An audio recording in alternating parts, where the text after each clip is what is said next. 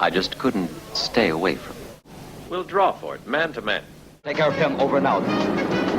This is Golem, a criminal mastermind who fakes his death and undergoes plastic surgery, is developing a universal robot machine that reproduces counterfeit money and makes copies of human beings. He's creating duplicates of gold, bulletproof suits, and killer human beings to rise to power and threaten world governments. 3 Supermen team up to conduct an undercover mission to stop Golem from ascending to power before he brings the world to an end. 2 thieves, disguising themselves as Supermen, 2 Supermen steal £1 million.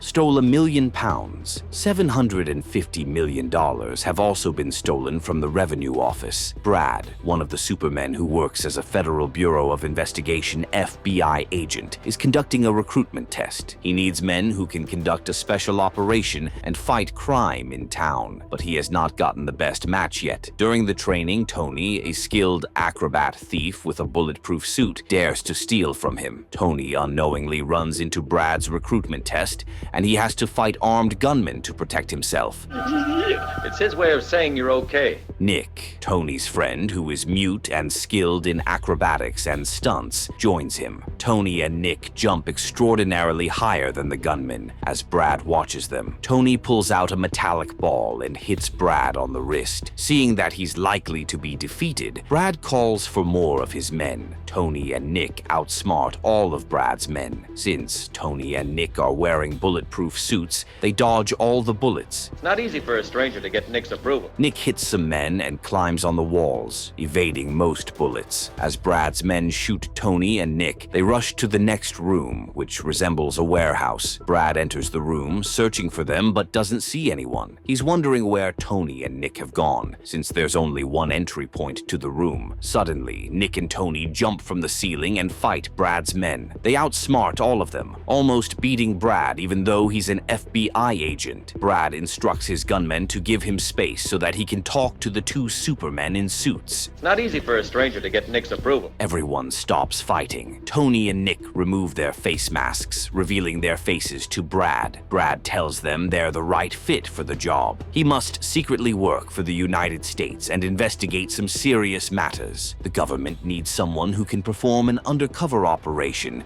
without getting noticed. Most of the officers are already known by the locals, so involving them in the operation will be difficult. Now that Brad has found a team, they call themselves the 3 Fantastic Supermen. Shimushir is a newly formed state in the Middle East. Brad tells Nick and Tony they have a special mission at the embassy of Simushir. The embassy is located in a deserted place down the street, and there are rumors that the embassy is collaborating with criminals. Simushir is a newly formed state in the Middle East. Right now, there are millions of dollars in the embassy's safe, but they're questioning how the embassy has raised so much money without tracing the source. The embassy is full of guards, but Brad has guns to use. Sounds good. However, Tony and Nick have never liked the idea of killing. They always take the money in all their robberies without injuring the victims. From today onwards, they cease to be robbers and fight for justice. Therefore, Tony comes up with a brilliant plan to help them enter the embassy. They buy one of the money boxes and let Nick lie inside to make it heavy. This way, the embassy guards think they have received more dollars. Next, they look for a van to transport the box. Surprisingly, their idea works, and they enter the embassy. Bet those gadgets of yours aren't fast enough.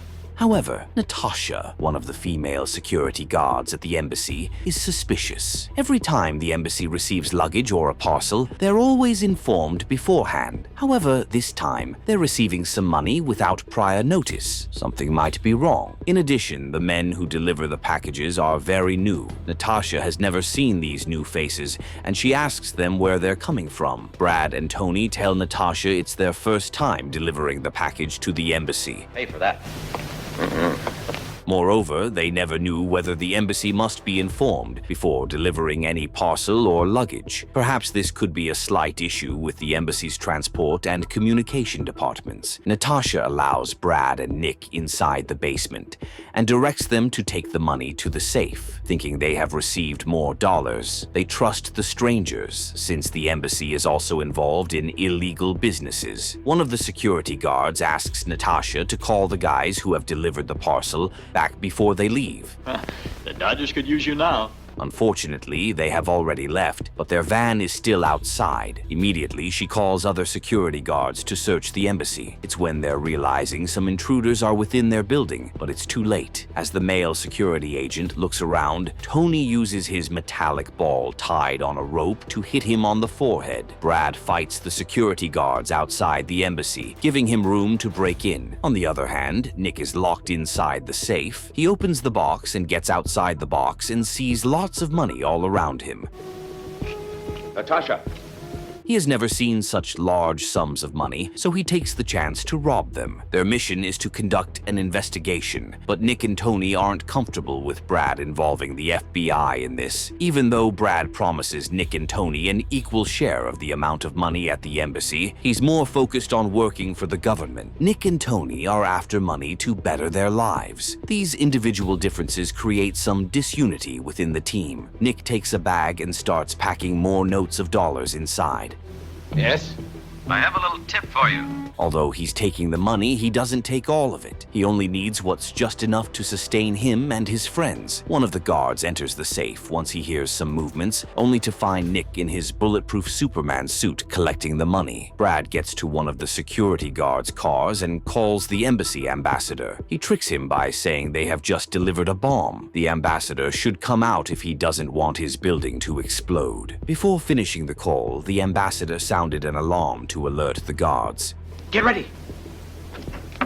Nick is highly skilled in martial arts. He fights the security guards, often defeating many of them as they get inside the embassy's safe. He takes some money and breaks through the window, sneaking outside from the second floor. Using his acrobatic techniques, he performs stunts, throws the bag full of cash inside the car, and drives away with Tony. Brad remains behind to deal with the other security guards. They shoot him, but he fights back using his bulletproof suit and mask. All three Supermen rush into their car and drive away with the money. Well, this looks like a perfect hideout. Brad leads them behind the building just a few meters from the embassy, where he meets his gunmen. Still, Nick and Tony don't like the idea of involving the federal government in their missions. They feel like he's going against their rules, but he's only fighting for justice. Tony and Nick surrender the money to Brad, but he's not interested because he knows the money is counterfeit. The embassy has been producing duplicates of money with the exact serial numbers and using them in public. All Brad wants is a sample to prove their investigation into fake money production is true. The FBI is restricted in investigating other embassies without their permission. Get in the car, quick!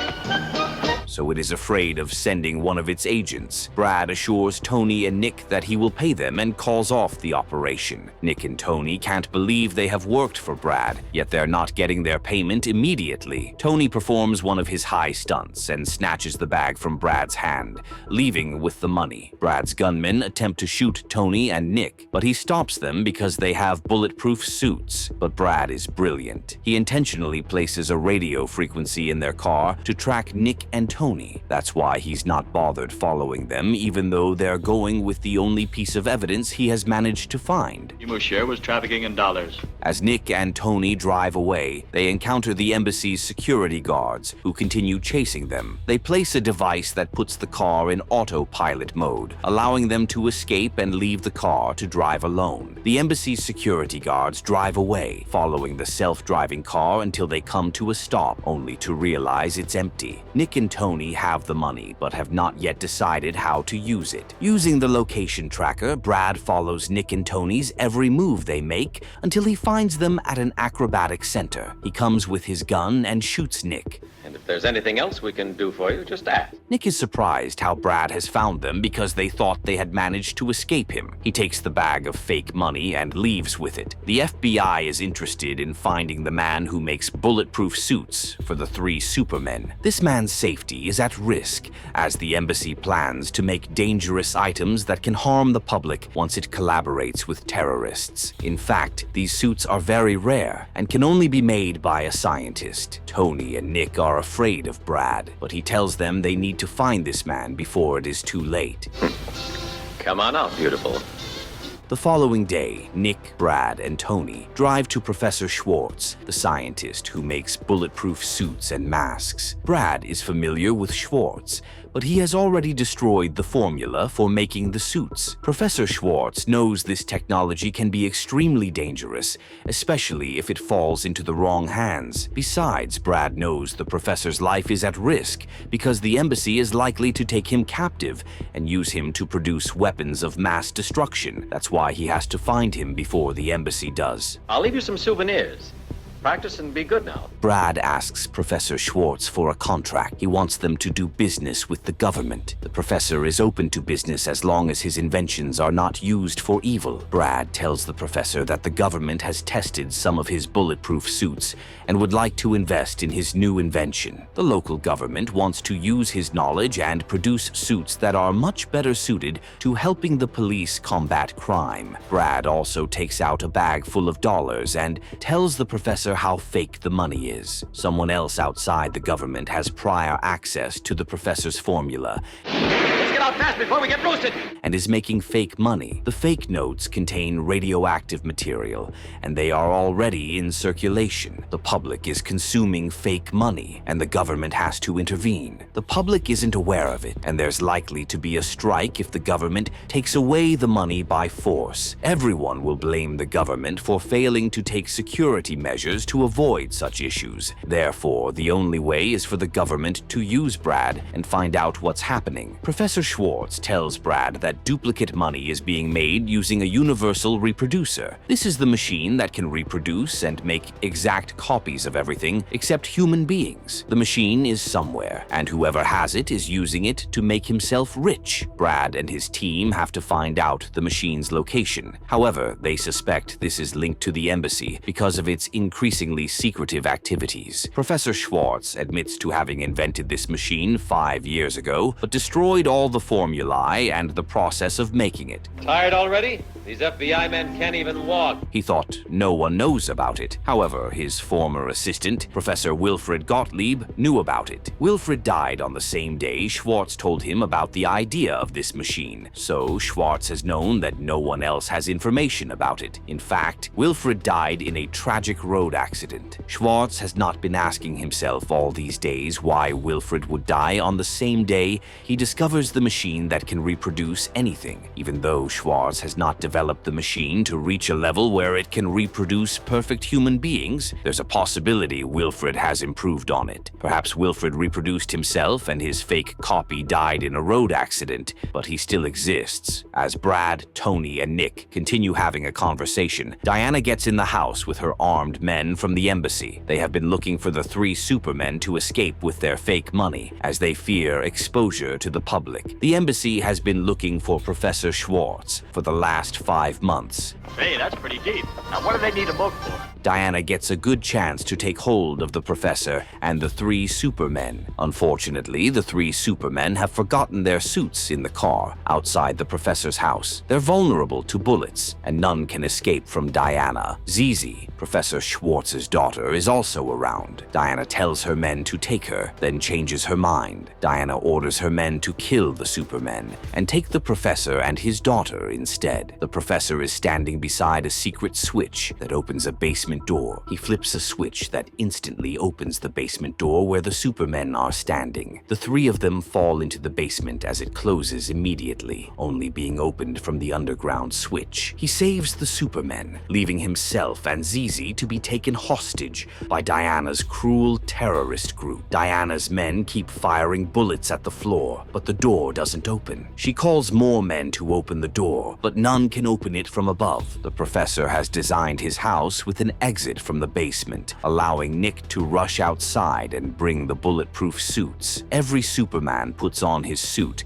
as they opens the secret door from the floor. As the Supermen get out, the gunmen open fire, but they survive all the bullets and fight a few of Diana's men. All you want is to find that reproducer and make a few more FBI. Some end up shooting their colleagues in an attempt attempt to fight the Supermen. One of the armed men takes out a grenade and throws it towards the Supermen. Knowing that their suits cannot withstand explosions, they jump to the basement in unison. The grenade explodes, destroying some of the items in the professor's house, but Diana doesn't care about it. Diana forces Professor Schwartz and Zizi inside the car and gets away with them. The Supermen exit the basement, fight the villains, and go after Diana. Diana destroys the back of Superman's car using a grenade and escapes. Luckily, they use his men's car and follow Diana to save the professor and his daughter. The Supermen split up and get one of Diana's men. They prompt him to take them to their leader, but he's shot by one of Diana's men from a distance before he gives them answers. Take me to your leader. Never. The Supermen go after the shooter, but he shoots himself in the abdomen before providing information. As the shooter dies, he disappears into a colorful smoke with many colors, and his body turns into precious gems. The secret is now out. The machine is now advanced enough to reproduce human beings. This is something unusual, but the Supermen know what's going on. Someone has been working on the machine for the past 5 years and has developed it further to reproduce human bodies. Whatever item the machine reproduces has the same abilities and features as the original, making it difficult to notice the differences. It's now almost impossible to distinguish between clones and real humans. Diana takes Professor Schwartz and Diana to the shore and instructs her men to transport them to an island. The Supermen follow them, but Diana gets away. They drive straight into the water, making Diana's men believe they have boarded the nearby yacht. Diana's men fire into the yacht until it explodes, but the Supermen take a motorboat and leave for the nearest island.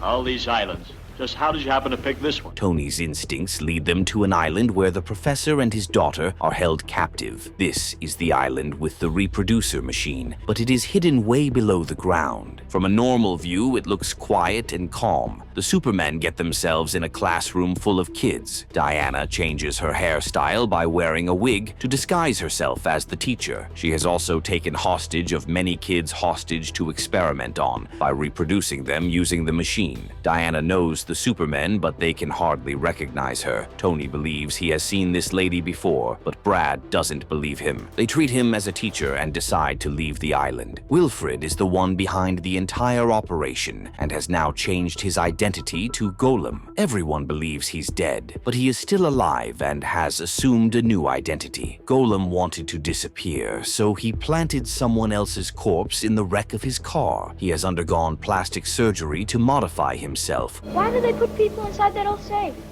Allowing him to operate unsuspected as Wilfred Gottlieb. Everyone knows him as the millionaire philanthropist. The embassy is covering up his evil work and hoping to benefit from his work by making military equipment. Brad is looking for Professor Schwartz for humanitarian reasons, yet Tony and Nick aren't happy about it. They make a deal. Brad should keep the FBI out of this matter and they will give him a hand. Diana has hidden the professor and Zizi in an old safe, which she opens and lowers them underground with a secret elevator. Schwartz can't believe what he sees. Golem has built an entire city underground, with a tunnel of 4 miles leading to an electric power station. His universal reproducer machine consumes a lot of power, and he has built a 1 million kilowatt station to power it. He has built the city just below Golem Beneficent Foundation, where he keeps orphans and less fortunate children for experimentation. That tunnel is 4 miles long. While the public knows that he's helping people, he's secretly planning to dominate the world. His underground city has many control rooms with reproducer machines. He has already produced golden ingots worth $100 billion just by using one original golden bar. Golem is already the richest man in the world, and he's going to rise to power if not stopped. The ambassador of Simushir has been financing Golem's entire operation, and together they're planning to rule the world. world. Golem forces Professor Schwartz to improve the machine so that he can test whether it can reproduce a human body. He tests one of the kids, and the machine reproduces the kid as exactly as she is. He believes testing one sample isn't enough and tests more kids in his foundation. The FBI is digging deeper into the case and is finding out more about Golem's hideouts. We're gonna hold those fools in their car as long as... The Simushir embassy intentionally burns down its entire building, leaving no evidence. No one suspects what has been happening at the embassy since all the documents are consumed by fire. Meanwhile, Golem is organizing a party and invites guests from different organizations to his beneficence foundation. None of the invited guests knows what's happening beneath the building. Everyone recognizes him, and he's praised by journalists for being a benevolent industrialist. The three Supermen want to keep everything calm so they don't attend the party. Unknowns to the guests, Golem has been blackmailing women across the country and taking their children captive on the island. He threatens to kill them if they don't obey his orders. Moreover, he doesn't allow any of the invited guests to see any of the children or speak to them because they may reveal his secrets. He uses Diana to disguise as a teacher, yet the children are suffering and aren't allowed to see their parents for many months. This gives him a chance to obtain many subjects for experimentation. Golem is tired of sending his men to get the Supermen because they keep failing every time. Duck, your head's unprotected. He comes up with a clever plan and lures them into a trap. He lets one of his guards to intentionally open the door for the kid to escape. As the kid tries to get out, he accidentally slips over a long building and hangs himself on the wall. The kid shouts for help, making the superhero to save him. Tony climbs on the wall using his special shoes and takes hold of the kid, but he's hanging on a rope. Some of Golem's armed men come with a truck, pretending to provide a safe landing space for Tony to fall with the kid without injuring himself. Seeing that their friend is having trouble landing while holding the kid, Nick and Brad come to the rescue. Suddenly, one of Golem's snipers shoots the rope holding the three Supermen as they fall inside the truck. The drivers inside the truck lock it and throw an anesthetic gas inside, making all three Supermen dizzy and lose their consciousness. Unaware of what's happening, Golem gets a chance to take away their bulletproof suits and secret weapons for reproduction. He wants to reproduce many suits and raise an army that will revolt against the government. He transports the Supermen to his secret chamber inside the tunnel where he hides his underground reproducing machine. Golem instructs his security guards to tie up the Supermen in a separate room Short circuit. a few miles away from his station, where he can observe them on a screen. The Supermen wake up when the anesthesia is over, only to find themselves in a heavily guarded room. Diana feels Golem isn't being fair when she realizes he's planning to kill all the kids after reproducing them. They have seen what he's doing, and they're likely to expose him, so he decides to get rid of them. However, she can be killed if she faces Golem and tells him that whatever he's doing is wrong. Therefore, she unknowingly liaises with the Supermen by whispering in Brad's ear. Golem asks her to respond, but she pretends it's a short circuit with the communication system. She's carrying a flower while hiding a knife inside. Golem kills the Supermen by tying their hands and legs to a large stone and drowning them in water. Diana throws the flower into the water, and the Supermen take out the knife, cut the ropes, and swim out of the pool. Golem sees the Supermen on the screen and instructs his guards to kill them. However, his guards have forgotten their guns in the drowning room. The Supermen grab the guns faster before Golem's guards arrive and shoot the guards. Brad leaves Sarkis, one of Golem's senior-most guards. Zizi, darling. He uses Sarkis to show him the way out by telling Sarkis to shut down the power. The only passage outside Golem's underground territories is through the safe. Only Golem and Diana have the laser to open the safe and provide an escape route from the underground basements. Opening the safe by other means will blow it up, and this risks the life of every civilian, including the children Golem has kept as hostages. Sarkis pushes Brad to an electric field, which partially electrocutes him, leaving Brad unconscious unconscious. Once Golem reproduces more people in his organization, he becomes a sadist and starts killing everyone who dares to stand against him. He commands his workers to tie up Brad, produce as many Supermen as possible, and raise the entire army of strong people. The main cables are under there. With this army, he will conquer governments and bring down anyone who dares to criticize his work. The reproducer machine develops a problem when reproducing Brad. Some of the features on the right side of the body appear on the left. Clones aren't as perfect as the original human beings, but he prefers clones that serve him and blindly follow his commands without questioning. He instructs the two reproduced Supermen to attack and kill Tony and Nick. As Tony and Nick see Brad, they think he's their friend until he starts attacking them. Brad's copy's new mission is to kill, which is exactly what it does. It fights Nick and Tony, almost outsmarting them. Tony saves himself from the killer copy by climbing on the wall. He cuts a huge rope of gold once the copies are standing together, ready to fight. The huge block falls on them, crushing Brad's copies to death. Nick and Tony escape to another room, where they manage to steal the laser key from Diana. Golem gets an alarm about the impending intruders in the tunnel, but he seems unbothered. Come here! Hurry up! Hurry up! His defense is reproducing more copies of Brad and instructing them to fight. Every copy he produces mimics the character of the original human version, but he lacks the ability to decide. He thinks he's reproducing human copies when he's actually dealing with lifeless copies that rely on instructions. Golem can turn friendly humans into harmful criminals to serve his desires by giving them the wrong instructions. He's already converting copies of Brad into killer machines. As all this is happening, Golem has tied Brad in the reproducer. Brad returns to his senses and realizes he's trapped in Golem's underground basement. One of the mirrors on the reproducer breaks, affecting the vital component of the reproducer's functioning. Golem is angry because he's just about to ascend to his glory, using his new invention and rise to power. He threatens Professor Schwartz to repair it, but this will take about 3 to 5 years more to develop a new one. Out of anger, Golem shoots Professor Schwartz in the abdomen.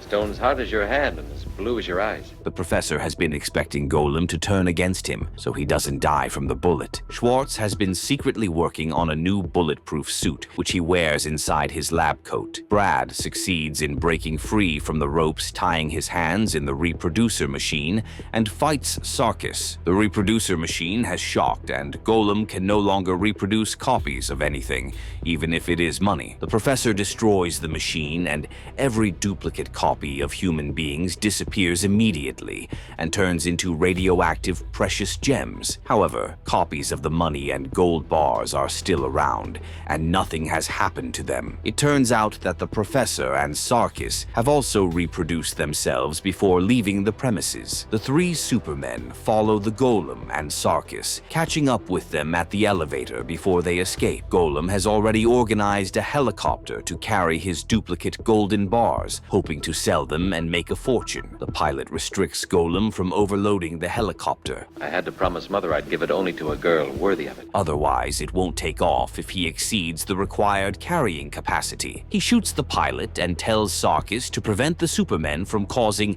any harm to him. Golem and Sarkis use Zizi as a hostage to escape. Sarkis connects high-voltage wires to the metallic bridge between Superman and the helicopter. Tony performs a high stunt, reaches Sarkis, and brings him down in a furious fight. Nick uses his metallic ball-like weapon to hit Golem's hand, allowing him to drop the gun. Brad saves Zizi as Golem moves backwards, tripping over a cliff and dies. Working together and using their special abilities, this unlikely team ensures the world's safety. But with Golem's plans exposed, the city is now left wondering what new threats might emerge in his absence. Still, Golem's ambition and technology leave many questions unanswered among the public and the government. But do you think the world is really safe from future masterminds like Golem?